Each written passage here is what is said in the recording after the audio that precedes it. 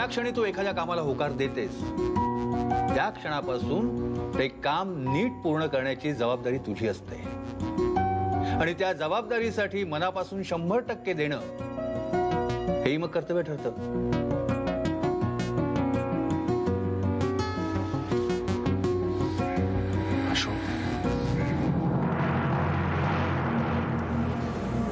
समीर, तू इथे कसला विचार करतेस आशू? मला दातार काकांचं म्हणणं पटतंय.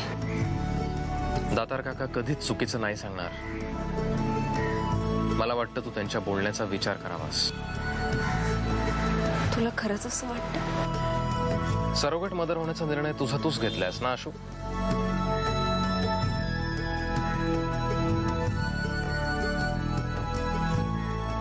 मला घ्यावा लागला. परिस्थितीच तशी होती. नाही, ते काही असेल, निर्णय घेतलास ना तू, मग आता 100% त्याचा स्वीकार कर. ते लोक अवलंबून आहेत तुझ्यावर.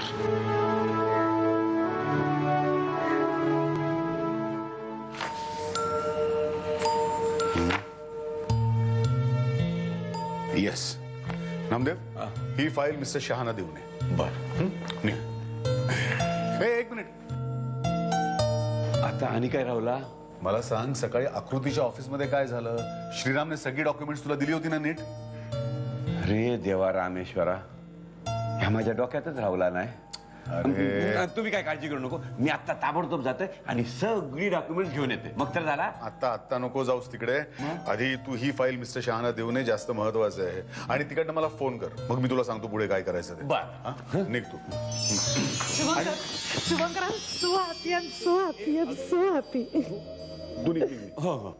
नीता, असं काय करतेस तू? हे ऑफिस आहे, घर नाही आहे. ऑफिस असो, घर असो, रस्ता असो, गार्डन असो, मी आज खूप खुश आहे. शुभ, आता आपलं बाळ येणार आहे. खरंच आपलं बाळ येणार आहे. काय? हे तू आधी शांत हो जरा आणि नीट सांग बघू मला. शुभू, अश्विनीची युरिन टेस्ट पॉझिटिव्ह आली आहे. शी इज प्रेग्नंट. हे छानच झालं मीता, पण you know Shubhankar, I am so happy. आता आपल्याकडे बाळ येणार, म्हणजे मी आई आणि तू डॅडी. नाही, पप्पा. मीता. नको, बाबा इज फाईन. शुभंकर, मीता, एक मिनिट, माझं ऐकशील का तू? काय? मला सांग, मीराने हे कन्फर्म केलंय का? नाही, अजून मीराकडे मी गेलेच नाहीये. त्याआधी मी तुला इथे सांगायला आले स्वतःहून. दॅट्स ग्रेट मीता, पण काय शुभू? किटीच्या वेळेस आपले हात पोळलेत, विसरलीस का तू? हे माझं एवढंच म्हणणं आहे फक्त की एकदा आपण मीराकडनं कन्फर्म करून घेऊ आणि मग. अरे, कन्फर्म करायची काहीच गरज नाहीये. युरिन टेस्ट पॉझिटिव्ह आली आणि अश्विनीला स्वतःला सुद्धा.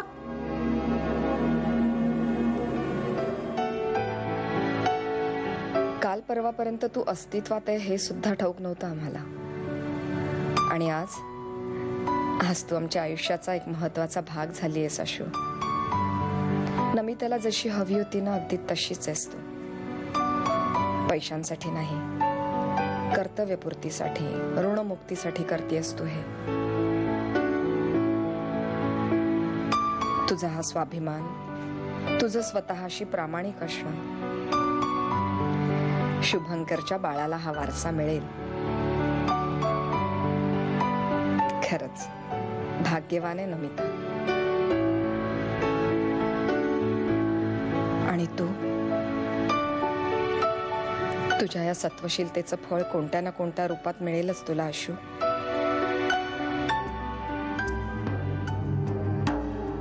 मगाशी मीताने लपवलं तरी बाळ आशूच्या पोटात आहे असं सांगताना तिच्या चेहऱ्यावर दाटलेली अगतिकता मला दिसलीच. ही तर नुसती सुरुवात आहे.